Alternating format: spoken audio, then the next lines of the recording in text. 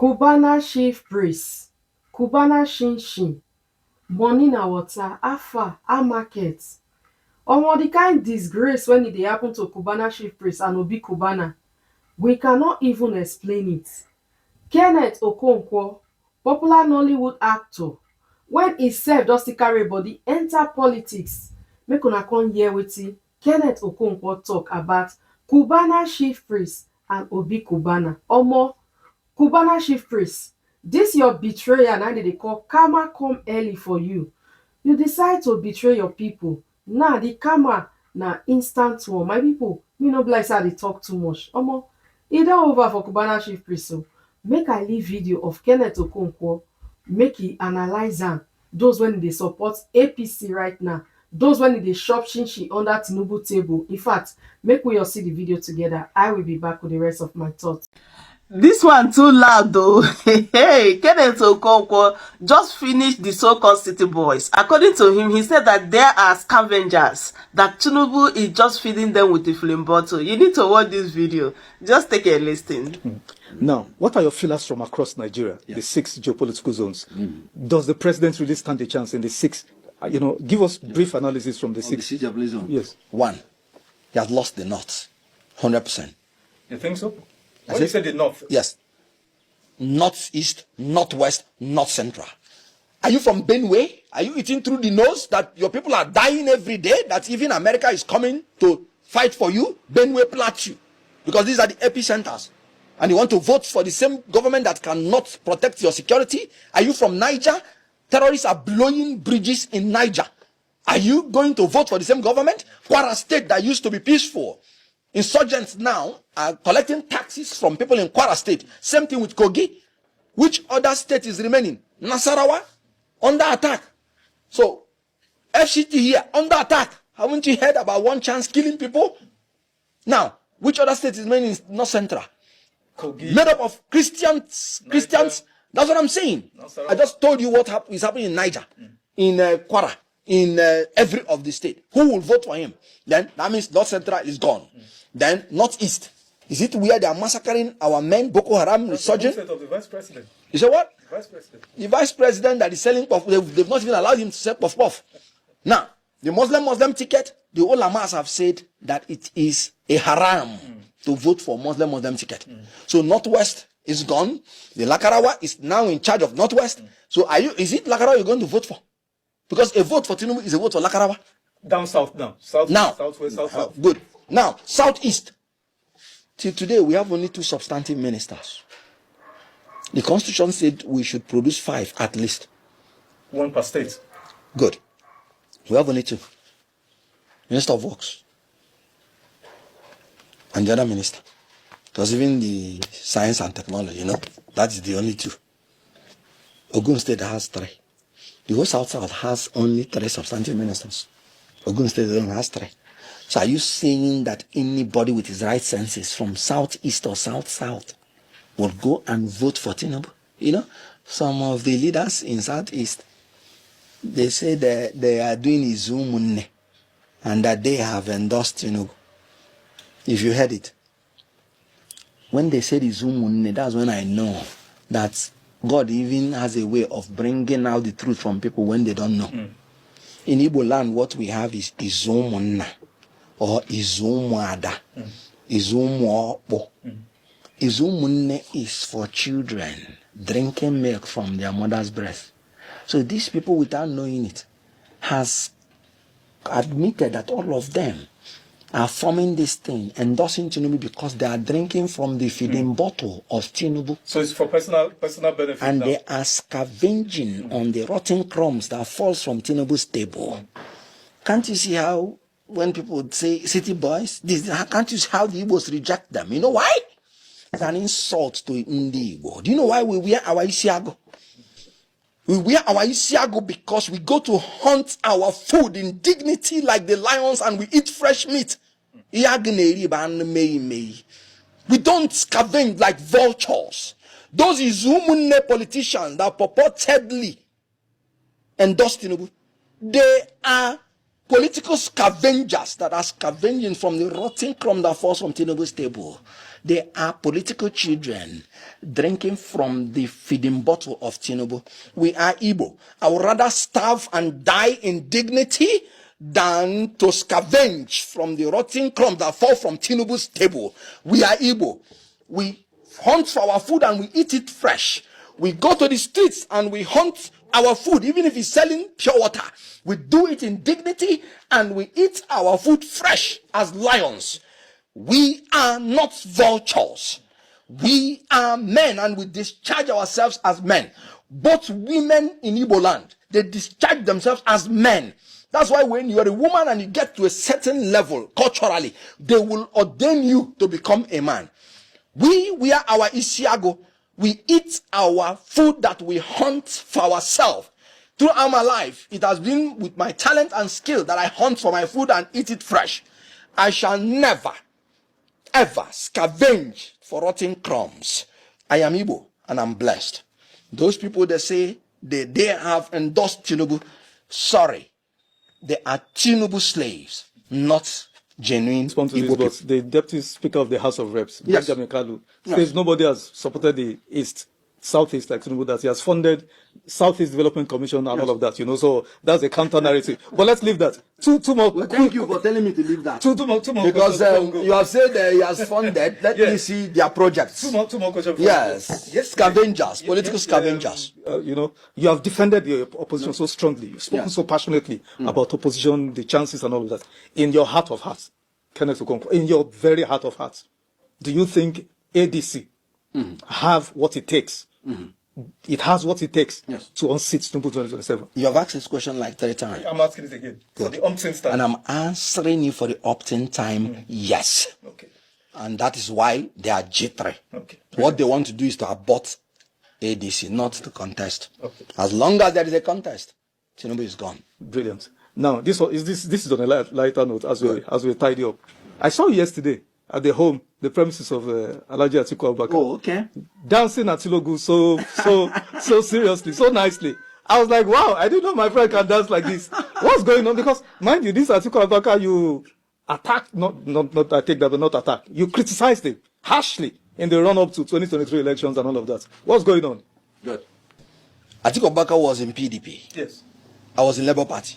Were you expecting me to buy him a thank you card? That's why I said criticized. I took back the word. Thank you very much. I took that back. Which party is Atiku Abubakar this ADC. time? Which party I am? ADC. Good.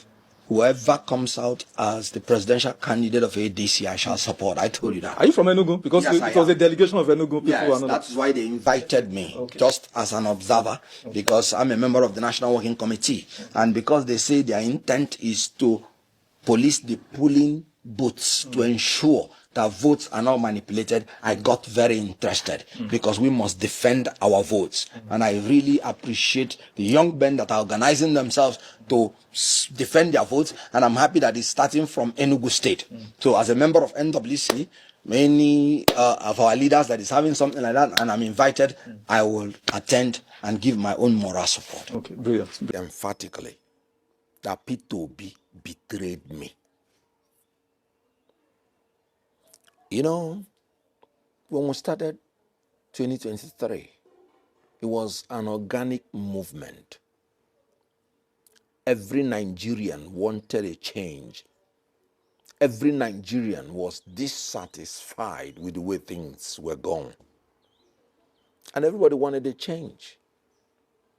And so we and Nigerians felt that there is a new thing that is appearing in the horizon.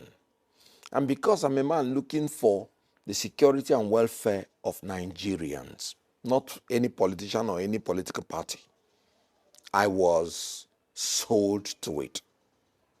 Nobody drafted me into following the movement. I followed the movement myself. And so when I was chosen to be a spokesperson, I honored it. And then we continued. And everybody knew what I did and my contribution. Because one thing about being a spokesperson is that you are out there. So whatever you're doing is in the public. So whatever you're contributing when you're a spokesperson is out there in the public. And we did. And we achieved what we believed we achieved. And we believe that we won the election. Then after that, what happened? We believed that we were denied. We went to court, up to Supreme Court, and we believed that we did not get justice. Now, our leaders say, calm down. And that was how that chapter ended. What then happened after that? If you did what you did in 2023, if you are a brilliant politician, what you should do is to start preparing, start consolidating for 2027. And the first platform you start with is your party. In Nigeria, there's no room for independent candidacy. So you must have a party, a political party as your platform. And when we moved into Labour Party, nobody was interested in the structure of the Labour Party because we moved in for the election. So nobody even wanted to ruffle any structure of Labour Party. That was why when people wanted to assault Labour Party, I took it that they wanted to assault our electoral chances, and I fought fiercely against that. When you hear all those other factions fighting Labour Party then, and we always succeeded.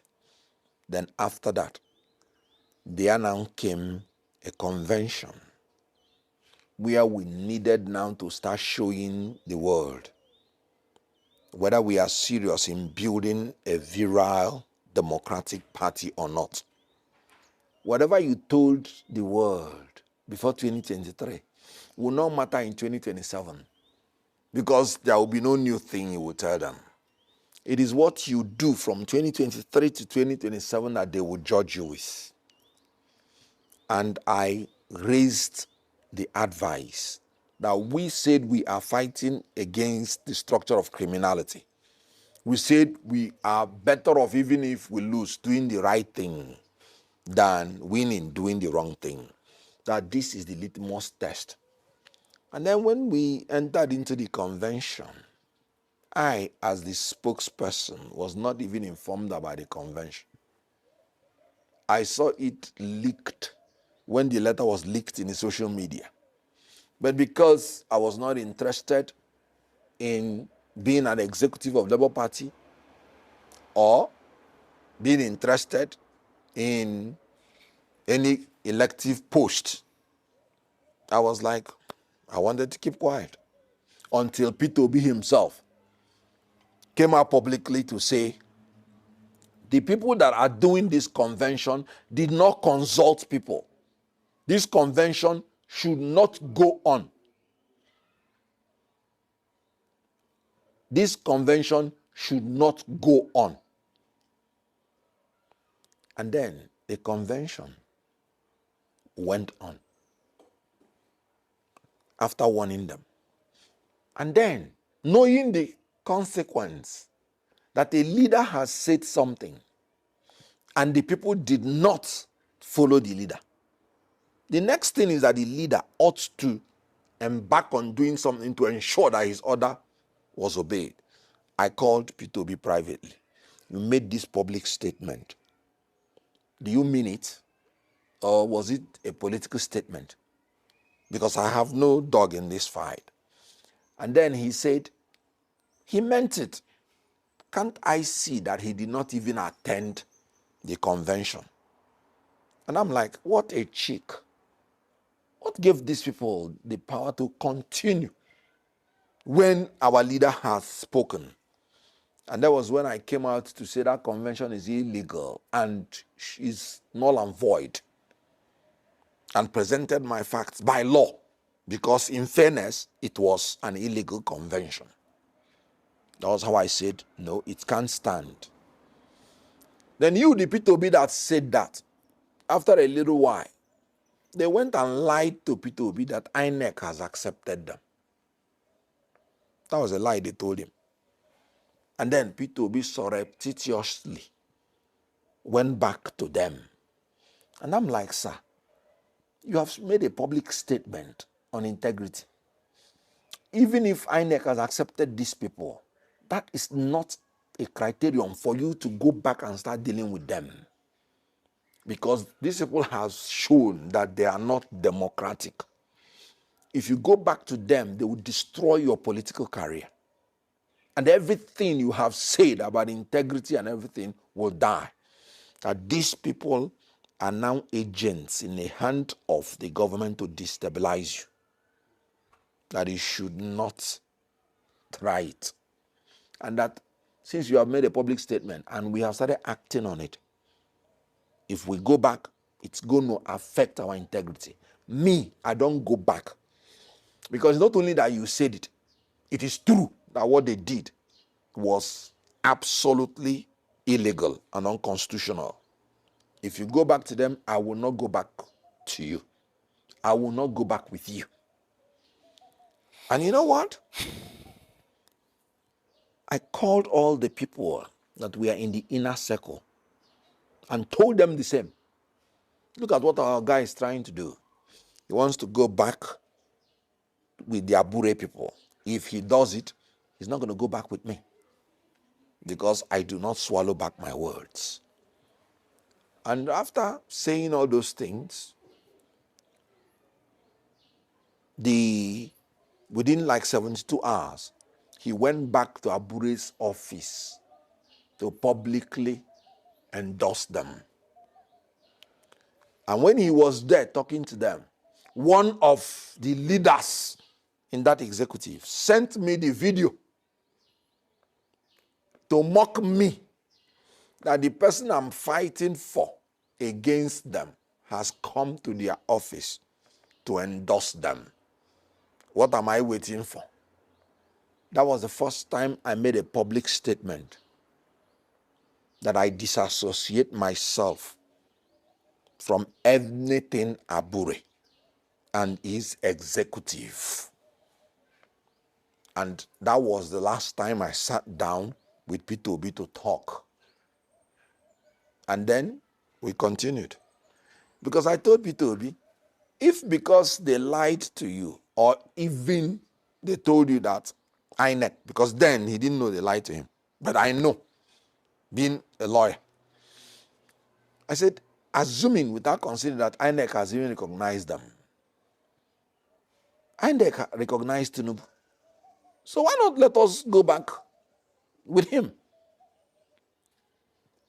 So I told him, because one philosopher, Alan Kasdan, he said, never compromise your principles, even if it will lead to difficulty in the short term. Never compromise your principles, even if it will lead to problems, to difficulties in the short term. That's my policy. So, if INEC recognize them and you know they did the wrong thing and you want to go with them, then you are a politician of convenience, not a politician of conviction. And I told him, you are going into a problem. And so we continued. I disassociated myself. I'm continuing on that platform. It dawned on him because when he went to endorse them, he saw the backlash. Then he said, no, he's looking for reconciliation. I said, fine. That is still a very good escape route for him. If he can, maintain it and distance himself from them. It was when INEC now publicly disassociated itself from Julius Abure. That was when Obi now came out and became neutral. And I'm like, sir, you cannot be neutral on this issue. Something has to be done. And then, even when INEC dissociated themselves, Labour Party did not have leadership and confusion was breeding everywhere. I said, sir, you cannot be neutral. You have to say something. NLC had a meeting and all of us came there. And he said he prefers to sit on the fence. And I'm like, hold on. In front of everybody, I said, sir, this is not something you can sit on the fence. A leader must take a decision. And he insisted he prefers to sit on the fence. And I said, okay. When he left, all the people there, we are so annoyed. I still begged them. I said, please. Because I know that his political career is on the line. I still begged them. I said, please, let's write a letter to him and still give him time to take decision. Because everybody wanted to implement whatever is his wish. Because people were fighting for him. We wrote a letter to him and still gave him some time. He still did not reply at all. That was when we came up with the caretaker committee idea. It was my brainchild. I went into the constitution and I told them, the NWC having been rejected, this is the only choice we have legally. And that was how it was carried. And Alex Oti, the governor Alex Oti, took it upon himself because he's a more decisive person. And then organized the Woman Here trip where they, chose and Obi came and announced the caretaker chairman. After that day, Julius Abure people went to court. Obi even told them that if they go to court and win, he will support them. After he's announcing the caretaker committee. And they went to court and won. And Obi abandoned the caretaker committee and started working with them. I was still maintaining my stand. I still told the whole world. I said the High Court decision is not according to the law. Because I'm a minister in the Temple of Justice. And our first rule in professional conduct is that we are trained to uphold the rule of law. Abure went to Court of Appeal, as in the caretaker committee went on Court of Appeal. And Abure won. By then, Obi had made up his mind that these people are the authentic one. And he was working with them. The gubernatorial election in Anambra State, it was Abure people that brought the candidate of Labour. Obi worked with them on that. And then, I made it clear, after the Court of Appeal decision, and I saw that Obi is still working with these people. Remember, they asked the legal advisor of Labour Party openly, and he said Obi is working with them. Within the time they went to court, I maintained my stand that the High Court and the Court of Appeal, they are in error because that did not accord to the law, because the law is very clear. The Supreme Court has held that the court does not have any jurisdiction to interfere in the internal affairs of political parties. And I say this is the position of the law. And the High Court and the Court of Appeal erred in law. And that even if they go to Supreme Court, and Supreme Court holds that they are right, I am done with Labour Party. Because I have seen what they are doing, and that's not what should be done. And my principle will not allow me, knowing that they are not doing the right thing, to follow them. So I resigned from the Labour Party because I said, whatever is the decision of the Supreme Court, whether it is for caretaker or for Abure them, I do not think I want to work with this set of politicians that do not have principle. And throughout the time I worked with Obi, I never consulted, worked with any politician whatsoever. And I'm making a public statement. When I was in PDP, I never consulted and worked with any politician outside PDP. When I was in APC, the same thing. When I was in Labour Party, the same thing. So I resigned from Labour Party. And then, when the Supreme Court gave judgment, that was when Obi remembered again the caretaker committee. Caretaker committee was in abeyance. I was the one who even going to the press when they asked me anything, defending them. Even when I resigned from Labour Party. Because as you know, I'm a public affairs analyst. And I state the facts anytime as clear as possible. So when the Supreme Court gave judgment, it was in favor of the caretaker committee. That was when Obi came back. And when we had that meeting, he said, let us take the CTC to INEC. And they went to INEC. And then they took the CTC there. Yet INEC did not do anything. INEC was delaying. And since then, what has he done? So the issue here is that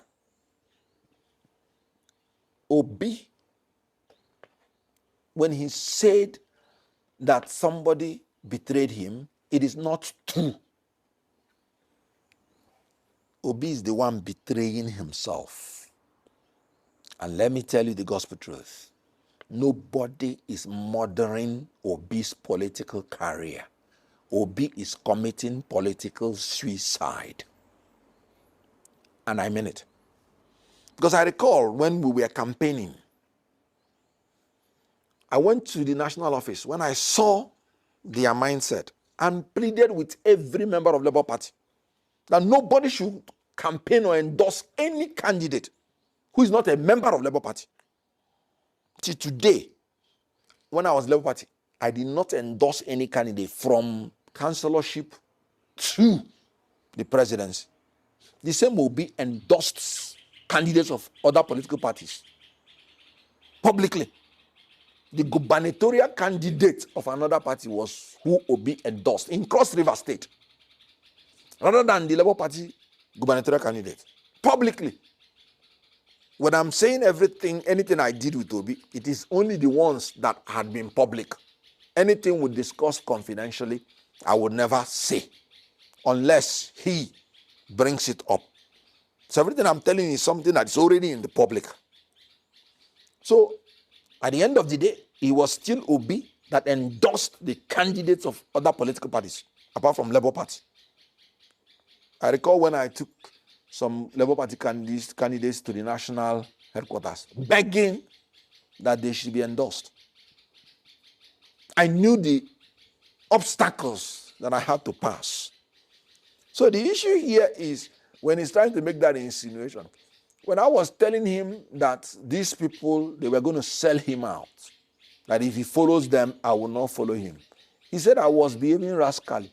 I was trying to make him I'm in a haste, that I'm suggesting, trying to make insinuations, because he likes to make insinuations.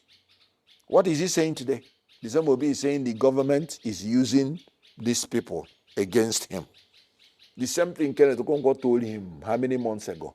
For crying out loud, if you're a leader, you are in such a party, you have 2-3 options. The first one is, if you see that these people are criminals, the way you want to paint them now, you leave the party if you can't solve the problem as a leader, so that your followers will not be confused, and so that you don't get so close to the time of the next election that you would have nothing to do about it. Now, you did not leave. You remained with them. Why? Because you're in cahoot with them in everything they're doing. In all the primaries that the Aburedem organized, none was organized without Obi's approval, whether in Imo, whether in Edo, whether in Ondo, and now in Anambra. And that was why Obi campaigned for all the candidates that came out of it. So you're in cahoot with these people in private. In public, you want to paint another image. No, you're just being a politician of convenience, not a politician of conviction. So where does Kenneth Okonkwo come into this? When I couldn't take it anymore, I left. And before leaving, I had nothing to do with any politician. Nothing. So the issue here is that a P2B, you're not a team player. You're not a great manager of political issues. And you're looking for your problem outside you. I told him that whatever happens to Labour Party has happened to his political career. Because anytime you're stepping out into a coalition, the destiny of your political future is no longer in your hands. Because you have to subordinate your own interest, to the interest of the coalition. Labour Party is not viable now as a party to prosecute presidential campaign. So his political destiny lies now in the coalition, or he is not going to make any impact whatsoever in 2027. So when he insinuated that Kenneth Okonkwo betrayed him, sorry, Obi betrayed himself, because he is just committing political suicide. Since you've made reference to the coalition, let's take it from there. What's your general assessment of the viability of the coalition being midwifed by opposition political parties, and are you part of it? Yes, I am part of the coalition, and in all honesty, the opposition does not even have a choice, because the individual political parties are not viable. So it's not even as if they have a choice. If the coalition cannot succeed, let all of them unanimously go and endorse Tinubu. No, you don't waste the time of Nigerians. I'm not the kind of person that will come and not tell you the truth. I know what people suffered in 2023. They stayed in the rain, they stayed in the sun to vote for us. I will not subject Nigerians to such suffering if I am not sure that the opposition parties are serious. You want to deal with an incumbent, and you want to gallivant that you want to say you don't want to be united. And you want me to tell Nigerians to come and waste their time to fly home. Some people flew home from abroad. I know one young man that had a daughter. He had a problem with the wife, and the daughter was autistic. Yet he had to fly both of them home to vote for us. Then you're telling me you want to go alone, and you want me to come, and the opposition parties do not even have a choice. The only choice they have is to come together, consolidate their fortunes, and take out Tinubu. Nigerians will be willing to vote if they are sure that the oppositions are not in disarray, and if they are sure that their votes will count. If they are sure that when they vote, the politicians will be able to defend their votes, or at least galvanize them to defend their votes themselves. If they see that there is any politician who is not serious, who goes alone, they might ignore the politician. Because according to the law of thermodynamics, if you want to transfer energy from one matter to the other, some energy will unavoidably be lost. So even though we are in the coalition, eventually, I cannot guarantee you that everybody will end up being in the coalition. But if some people are leaving because of their personal selfishness, because of their personal considerations, Nigerians will be willing to ignore that person. But if it is because the opposition cannot on their own come together, then Nigerians will say, these people are not serious. If you cannot act in unity, how then will you even act in unity if we give you our votes? So the opposition do not even have a choice. They must have to coalesce. So I'm part of it, because I'm part of the people that believe that this government has become an apology. You know, when people are arrogantly, disorderly, and unconscionably evil, that's what this government has become. I am telling you. How do you explain that hundreds of people are massacred in Benue under your nose? And the governor is shouting, crying, telling you what is happening. And yet, you do not move in immediately. When one person, an American, was held in Niger State in Nigeria, they deployed all their resources to rescue the person. In Nigeria, you're rather taking resources away from where the insurgents are operating to take them to another place. Zulum said the resources that are needed to fight Boko Haram is being taken away to Northwest. And that is why the insurgency is resurfacing. Why didn't you use that money that you want that you used to buy your private jet Why didn't you use it to buy those resources you need for the Northwest, at least as a matter of priority, to prioritize the life and welfare of your citizens? You can still get a private jet when things are sorted out. Why would it be your first priority? After you're removing fuel subsidy, that people are paying 1,000 naira plus for what they were paying 100 naira plus. And you're telling me it was a wise thing you removed subsidy. No, it was a wicked thing. It was not a demonstration of wisdom. It was a demonstration of wickedness. Because people that were earning 30,000 and you increase this fuel first before increasing their salary, how would they survive? So it is not anything secret that we have more malnourished children in Nigeria now than in war-torn Sudan. It was as a result of the wicked policies of making transportation unaffordable.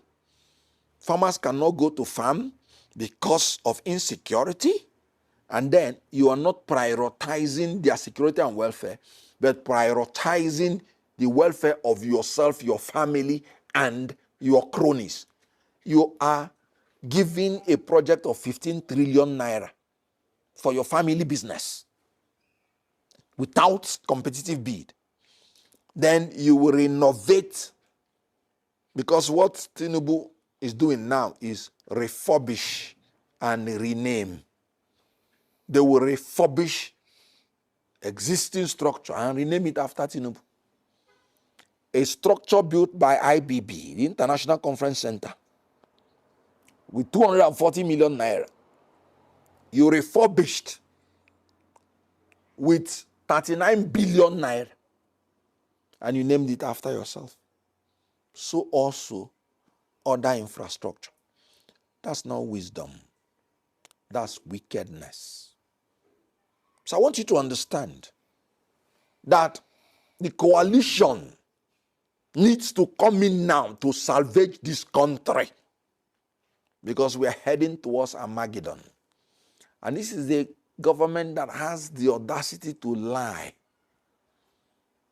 If the inflation figure is going too high, they will rebase it and tell you it's no longer 34, it's 24 by rebasing. So the coalition is very important. And Nigerians are waiting for the coalition. Is it not amazing that when Governor Umeno went to APC, that 3 commissioners, as I heard, said they were not going with him. Even one commissioner had 2 portfolios, risking his livelihood. You can imagine the level that Nigerians detest APC. However, it is not the badness of APC. Alright guys, thank you very much for watching the video. If I have more updates, I'll still bring it to every one of us. But for now, this is all I have because the video don't long enough already. I go see una for my next video. Make una have a wonderful day. Bye.